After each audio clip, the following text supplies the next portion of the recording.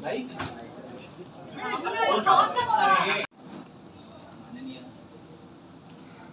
गोपाळ शिंगार साहेब, माननीय स्मिता चव्हाण मॅडम आणि संचालक मंडळ, कर्मचारी वर्ग आणि जो सभासद आज आमच्या वर्धापन दिनाला आले आहेत त्यांचं हार्दिक स्वागत करतो आणि अशीच आमच्या पाठीशी कायम उभे राहा आणि कार्यक्रम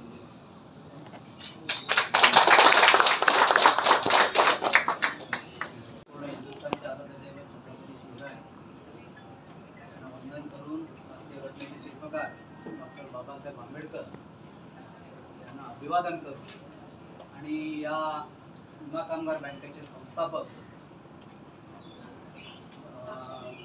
डी सामंत साहेब यांना विनम्र अभिवादन करू।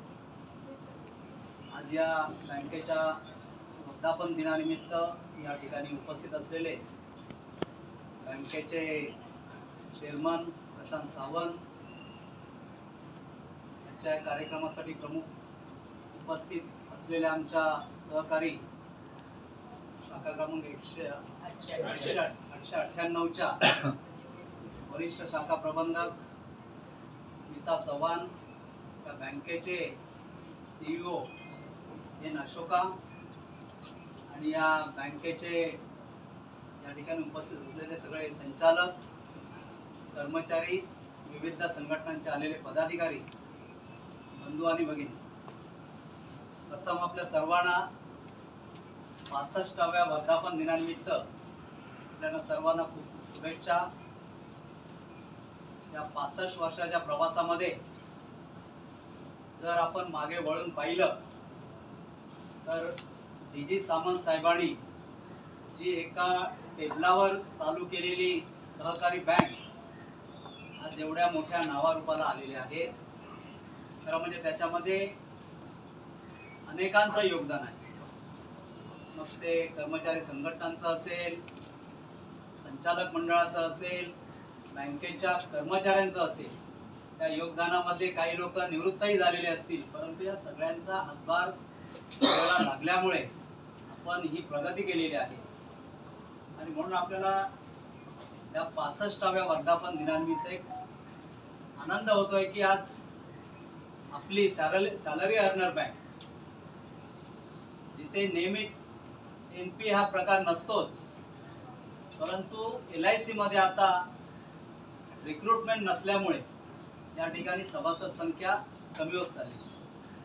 मला माहिती आहे, भोसलेंनी सांगितलं त्याप्रमाणे ते जॉईन झाले 1989ला, त्यावेळेला त्या बँकेची सभासद संख्या साधारण 15,000च्या आसपास होती, आता जवळजवळ 6,600च्या आसपास आहे। त्याला कारण हेच आहे की अनेक कर्मचारी निवृत्त होत आहेत,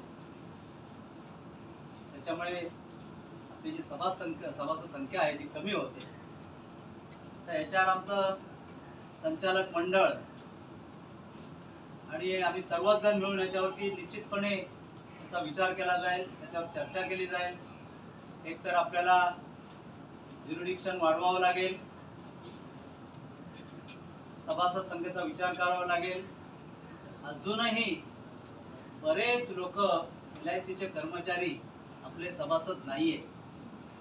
मला वाटतं आपली मार्केटिंगची टीम असेल, त्याला जर या लोकांना आपण कामाला लावलं या संदर्भात, तर निश्चितपणे मला वाटतं सभासद संख्या वाढू शकेल।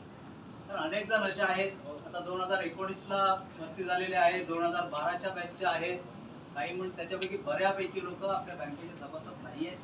त्याच्यापर्यंत पोहोचणं आपल्याला ही काळाची गरज आहे। तुमच्याबरोबरच आमचेही संघटनांचे पदाधिकारी, कार्यकर्ते सुद्धा त्यांच्यापर्यंत पोहोचतीलच, परंतु तुमच्याकडून सुद्धा प्रयत्न होणं गरजेचं आहे, कारण एका हाताने टाळी वाजत नाही। त्याच्यामुळे एका रथाची 2 चाकं असतात, ती नेहमी एक चाक जर मागे राहिलं तर तो रथ पुढे जाऊ शकत नाही। त्याप्रमाणे बँकेचा स्टाफ, संचालक मंडळ, LICतले कर्मचारी किंवा कर्मचारी संघटना म्हणा, आणि म्हणून आपल्याला सर्वांनी एकजुटीने काम करायचं आहे। जसं प्रशांत सावंत म्हणाले की यावेळेला डिव्हिडंड कमी मिळाला, कोणीतरी आमच्या सुनील भोसलेने या ठिकाणी उपस्थित केला प्रश्न। चढ उतारे नेहमीच येत असतात, सगळ्या गोष्टी जर स्मूथली चालल्या तर त्यात मजा पण नसते। संघर्ष हा करावा लागतो प्रत्येक गोष्टीमध्ये, त्याच्याशिवाय काही मिळत नाही। आणि आम्ही सुद्धा असा संघर्ष गेले अनेक वर्ष केला आणि या वेळेला आमचं या ठिकाणी पूर्णपणे संचालक मंडळ या ठिकाणी निवडून आलेलं आहे. त्यामुळे निश्चितपणे आमची जबाबदारी फार मोठी वाढलेली आहे. सभासद संख्या कमी असताना आम्ही या ठिकाणी आता आहोत, त्याच्यामुळे मोठी जबाबदारी आहे. त्याच्यामुळे मग LIC व्यवस्थापन असेल त्यांचं नेहमीच आपल्याला सहकार्य असतं. आता हे आपण या ठिकाणी हेड ऑफिस केलेलं आहे, त्याच्यामध्ये LICचं आपल्याला मोठं सहकार्य आहे. गेले एवढे वर्ष आपण योगक्षमच्या छोट्याशा जागेमध्ये आपण हेड ऑफिस होतं, तर त्या ठिकाणी आपली ब्रांच आहे. पण असं आपण प्रगती करत करत आपल्याला पुढे जायचं आहे, सभासद संख्या वाढवायची आहे. आपल्याला जो डिव्हिडंड जो कमी मिळाला त्याच्यामध्ये अनेक या निवडणुकीमध्ये तो सुद्धा प्रश्न गाजलेला आहे. गेल्या 5 वर्षामध्ये आपण कर्मचाऱ्यांचं वेज रिव्हिजन झालेलं आहे, त्यांचा एक रेशियो असेल किंवा इतर काही गोष्टी असतील. हे 5 वर्षाच्या कालावधीमध्ये हा जास्त खर्च झालेला असल्यामुळे आता आपल्याला त्याच्यामध्ये ऑपरेशन लॉस जो प्रकार तो दाखवला गेला, तो त्याचं खरं कारण हे आहे. आणि म्हणून याची कोणी चिंता करण्याची काही गरज नाही. हा जवळजवळ मला वाटतं आता जवळ भरून आल्या जमा आहे, एक 20-25% राहिला असेल, तो सुद्धा या पुढच्या तिमाहीमध्ये भरून निघेल. हो तेच म्हणतो ना, म्हणजे 29 लाखाचं काहीतरी मला वाटतं बाकी आहे, छोटीशी अमाऊंट आता आहे. तर अशा गोष्टी आहेत, चढ उतार येत असतात. परंतु आपण जे आहात कर्मचाऱ्यांना माझी एक नम्र विनंती आहे की आपण आता सभासद संख्या कमी असल्यामुळे दुसरे सोर्स पण आपल्याला शोधावे लागतील. म्हणजे बाहेर जावं लागेल आपल्या, आपण डिपॉझिट्स असतील, इतर ठिकाणी इन्व्हेस्टमेंट असेल, चांगल्या चांगल्या ठिकाणी त्या गोष्टी आपल्याला कराव्याच लागतील. कारण एक मार्ग बंद झाला तर आपल्याला दुसरा मार्ग शोधावाच लागेल. म्हणून तुम्हाला जास्त आपला वेळ न घेता पुन्हा एकदा आपण या बँकेच्या प्रगतीसाठी एकत्र येऊन झुटूया, काम करूया, जेणेकरून कर्मचाऱ्यांना सुद्धा चांगली पगारवाढ मिळेल, कर्मचारी खुश राहतील, पर्यायाने बँक चांगली चालेल. आणि म्हणून आपण एकत्र येऊन काम करू. पुन्हा एकदा आपल्या सर्वांना या 65व्या वर्धापन दिनानिमित्त खूप खूप शुभेच्छा. धन्यवाद. स्थापन झालेलं आहे. तर मला असं वाटतं की तुमच्यावरती खूप जास्त मोठी जबाबदारी आहे की जे काही अपप्रचाराचे पॉइंट होते ते तुम्ही खोडून काढून की ज्या लोकांनी तुम्हाला सिलेक्ट करून दिलंय त्यांचं सिलेक्शन कसं बरोबर आहे हे तुम्ही प्रूव्ह करून दाखवणं ही तुमच्यावरती खूप मोठी जबाबदारी आहे असं मला वाटतं. आणि ती तुम्ही निश्चितपणे पार पाडाल. ज्या काही लोकांच्या छोट्या मोठ्या हे असतं, कसं असतं आपल्याला प्रत्येकाला वाटतं की आपल्याला खूप चांगलं मिळावं. ऑफकोर्स मलाही ते वाटतं. तर जे काही आपल्याला कायद्यामध्ये राहून किंवा RBIच्या रूल्स अँड रेग्युलेशन्स मध्ये राहून आपल्याला करता येईल. मेंबर्स जेवढे खुश राहतील तेवढं मेंबरशिप वाढेल. एखाद्या बँकेची प्रगती ही कासावरतीच होते, लोनवरती होते. डिपॉझिट्स वाढवा, लोन वाढवा, बँक वाढते. बेसिक बँकिंग फंड आहे. इथे NPAचा तेवढा प्रश्न येत नाही कारण की आपले एम्प्लॉईजच आहेत, त्याच्यामुळे NPA हा फार कमी रेशो असेल असं माझा अंदाज आहे. तर अशीच बँकेने उत्तरोत्तर प्रगती करत राहावी. LIC ही संस्था आपली वाढतच आहे. ह्या संस्थेबरोबर आपली ही जी बँक आहे ही सुद्धा त्याच प्रगतीने वाढावी ही मी प्रार्थना करते. थँक्यू. ही LIC कर्मचाऱ्यांसाठी झालेली आहे. तर त्या सर्वांना आजच्या 66व्या वर्धापन दिनाच्या खूप खूप शुभेच्छा आणि अभिनंदन. बेसिकली राव सरांनी जसं सांगितलं बँक का अस्तित्वात आली तर आपल्याच एम्प्लॉईजना कुठेतरी एक सेविंग आणि कर्ज उपलब्ध, इझिली कर्ज उपलब्ध व्हावं याच्यासाठी ही बँक अस्तित्वात आलेली आहे. आणि रवींद्र सरांनी जर सांगितलं की ज्या वेळेला फार पूर्वी 15,000 मेंबरशिप होती ती आता 6,000 वर आली आहे. मलाही चांगलं आठवतं मी जेव्हा 95 ला LIC जॉईन केलं होतं त्यावेळेला लगेच मला वाटतं मी 96 ला माझा अकाउंट नंबर 495 आहे म्हणजे असं. तर त्यावेळेला मी सुद्धा लगेच बँक जॉईन केलेली आणि त्यावेळेला असं होतं ना ATMs वगैरे नव्हते आणि LICच्या कॅश काउंटरवरती एक कॅश विड्रॉल फॅसिलिटी होती. 2,000 वगैरे लिमिट होतं त्यावेळेला. त्यामुळे कधी इमर्जन्सीसाठी फंड लागलं तर आपल्या बँकेत जाण्यासाठी कर्मचाऱ्याला हप्ते वगैरे घ्यावा लागायचा. त्यामुळे प्रत्येकाचं हे विमा कामगारमध्ये अकाउंट असायचं जनरली न्यू इंडिया आणि या सगळ्या ठिकाणी. कारण की तिथून लगेच जाऊन विड्रॉल स्लिपवरती पैसे काढणं हे खूप सोपं पडायचं. आणि तुम्ही मेंबर आहात म्हटलं की तुम्हाला अगदी एका दिवसात, जसं प्रशांतने म्हटलं, मी त्याला सॉरी प्रशांत म्हणते कारण की तो माझा खूप सुरुवातीला समजा मित्र आहे. त्याच्यामुळे तसं म्हणजे संचालक मंडळ आताचं म्हणा किंवा याच्यापूर्वीचं एम्प्लॉईची खरोखर गरज असेल तर ते स्पेशल मंडळ हे बसायचं, कारण की ते तुमच्या मीटिंग मध्येच डिसाईड होतं लोन सँक्शनिंग. कारण की हा माझा अनुभव आहे स्वतःचा, तर स्पेशल की मला इमर्जन्सी आहे तर त्यांनी एक स्पेशल मीटिंग घेऊन त्याच्यात ते सँक्शन दिलेलं होतं. तर इथपर्यंतचं जे कोऑपरेशन आपण म्हणतो ते जे कोऑपरेशन होतं त्याच्यामुळेच बँकेने आज 65 वर्ष पूर्ण केलेली आहेत असं मला वाटतं. आणि बँकेच्या स्टाफ बद्दल म्हणायचं तर आता मी योगक्षेमला पाहिला न्यू इंडियामध्ये किंवा इथे बँकेचा स्टाफ अतिशय कोऑपरेटिव्ह. आपण आता नॅशनलाइज बँकेत गेलो तर आपल्याला असं थोडंसं जरा डिफरन्शिएट कळतं की ती जी काही सर्व्हिस आहे किंवा ती जी काही आपुलकी आहे ही नसते. ती आपल्याला इथे विमा म्हणजे आपल्याला हे विमा कामगारचे एम्प्लॉई असं नाही वाटत, हे आपले LICचेच एम्प्लॉई आहेत असं वाटतं. आणि तेही आपल्याला LIC असं नाही, तेही आपल्याला आपुलकीनेच म्हणजे मी अगदी म्हणेन मला मध्यंतरी याचं का होतं म्हणून मॅडम तुम्ही फक्त माझ्याकडे द्या, मी तुम्हाला सगळं करून देतो म्हणजे तुम्हाला काही तिकडे जायची गरज नाहीये. तर ही जी आपुलकी आहे ह्याच्यामुळेच ही बँकेने उत्तरोत्तर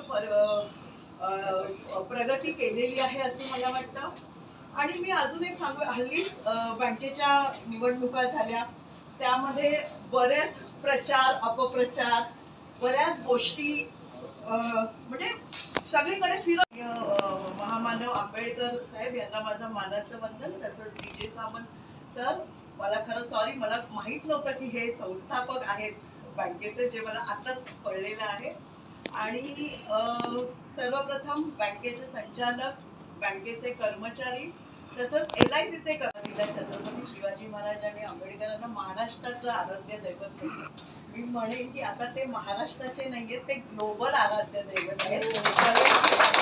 बाहेरच्या देशांमध्ये एक एक चॅप्टर आहे, आपल्या इतिहासातून त्यांचे धडे निघत चालले आहेत, पण बाहेरच्या देशांमध्ये आंबेडकर साहेब आणि शिवाजी महाराज यांच्यावरती म्हणजे मॅनेजमेंटचे धडे घेतात लोक. त्याच्यामुळे मी त्यांना महाराष्ट्रापुरतं सीमित करणार नाही. शिवाजी महाराजांना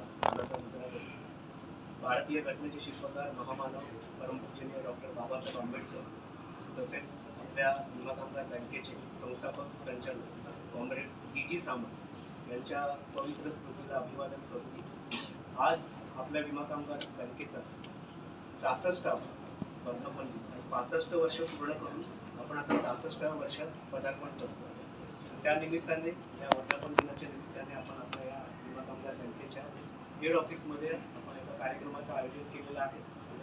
या प्रसंगी उपस्थित सर्व मान्यवर श्री गोपाळ शेलार सर, स्मिता मॅडम, माझे सगळे संचालक सहकारी, अल्लाद नाईक इथे आहेत, समृद्धी मॅडम आहे, संतोष ठाकूर, साधना मेश्राम, शिबिजा मेश्राम, तसेच सर्व बँकेचे कर्मचारी, संघटनांचे पदाधिकारी या ठिकाणी आलेले आहेत. सगळ्यांचं मी बँकेच्या वतीने आणि संचालक मंडळाच्या वतीने हार्दिक स्वागत करतो आणि सगळ्यांना आपल्या 66व्या वर्धापन दिनानिमित्त शुभेच्छा देतो. खरंच आज खूप मोठा दिवस आहे, पण कुठल्याही सॅलरी अर्नर बँकेसाठी 65 वर्षाचा प्रवास म्हणजे खरोखरच कौतुकास्पद गोष्ट आहे. आणि हे आपल्या सगळ्यांचं एकत्रितपणे केलेलं हे जे काम आहे त्याच्यामुळे आपण इथपर्यंत आलेलो आहोत. बऱ्याच अडचणी आहेत, बरीच आव्हानं आहेत, सगळ्यांना सगळ्या गोष्टी माहिती आहेत आणि या निमित्तानेच आपण आता या सगळ्या गोष्टींना सुरुवात करायची आहे. आपले एक सन्माननीय सभासद आणि आमच्या संघटनेचे सक्रिय प्रतिनिधी यांनी या ठिकाणी काही भावना त्यांच्या मांडल्या. तर पहिला जो मुद्दा होता की डिपॉझिट आपलं डिव्हिडंड आपल्याला खूप कमी मिळालेलं आहे, पण त्याचं कारण हेच आहे की आम्ही जास्त देऊ शकलो नाही म्हणून आपल्याला ते कमी मिळालं. तर आमचा प्रयत्न होता की जास्तीत जास्त डिव्हिडंड आपण आपल्या सभासदांना द्यायला पाहिजे, परंतु काही तांत्रिक अडचणी होत्या, काही गोष्टी, काही बंधनं असल्यामुळे कुठेतरी मागच्या वर्षी आपल्याला बरेच चढ उतार आले आपले. तर त्या सगळ्या गोष्टींचा विचार करता आपल्याला तेवढंच डिव्हिडंड देणं शक्य होतं म्हणून आपण तो दिला. कारण असं नाहीये की आपण देऊ शकत होतो आणि आपण कमी दिला, कारण बंधनं असल्यामुळे कॅल्क्युलेशन वगैरे केलं, अकाउंटिंग वगैरे सगळ्या गोष्टी बघितल्या, तर तेवढा डिव्हिडंड देणंच आपल्याला पॉसिबल होतं म्हणून तो दिला. पण नक्की आम्ही यावर्षी प्रयत्न करू की जास्तीत जास्त डिव्हिडंड आपण आपल्या सभासदांना देऊ. दुसरा जो गिफ्टचा मुद्दा होता तो अत्यंत जिव्हाळ्याचा मुद्दा आहे, कारण की आपली परंपरा आहे. आपण त्याच्याकडे गिफ्ट म्हणून बघत नाही, तर एक आपण म्हणतो ना की एक प्रेमाचं प्रतीक जे आपण देवाणघेवाण असते आपली, तर त्या पद्धतीनेच आपण बघतो. तर असं बघायला गेलं तर आपल्याला कोऑपरेटिव्ह बँक म्हणून आपल्याला गिफ्ट देण्याची परमिशनच नाही, पण आपली कोऑपरेटिव्ह बँक आहे, सॅलरी अर्नर बँक आहे, कर्मचाऱ्यांसाठी चालवलेली बँक आहे. म्हणून आपल्याला RBI किंवा रजिस्टरने आपल्याला ती परवानगी दिली की तुम्ही गिफ्ट द्या, पण गिफ्ट मध्ये कुठेही त्याला फायनान्शियल हे असता कामा नये. कुठेही म्हणजे मॉनिटरी बेनिफिट देताय किंवा त्या स्वरूपाचं काही तुम्ही देताय तर असं असता कामा नये. तर एखादी वस्तू द्या ज्याच्यावर बँकेचं लोगो असेल. अशा पद्धतीचे आम्हाला म्हणजे इन्स्ट्रक्शन्स होते की तुम्हाला जर गिफ्ट द्यायचं असेल तर तशा पद्धतीने द्या.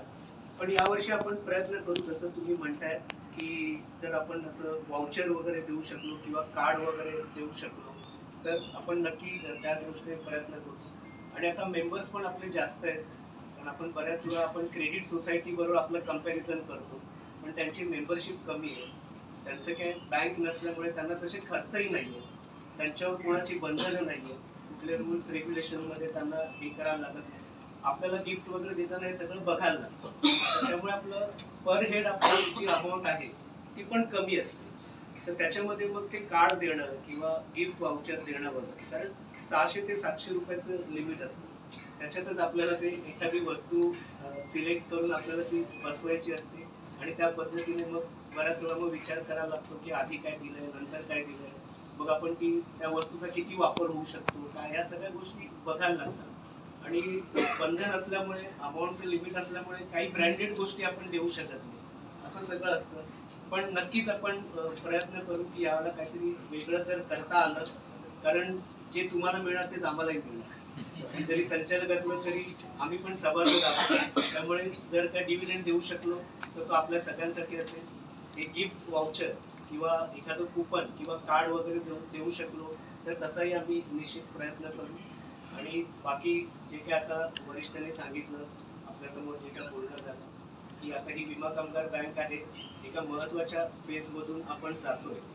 आणि हळूहळू आपल्याकडे डिजिटलायझेशन, कम्प्युटरायझेशन, मॉडर्नायझेशन होत आहे आणि हळूहळू आपल्याकडे मेंबरशिप कमी होते, डेपॉझिट कमी होते, लोनची मागणी कमी होते.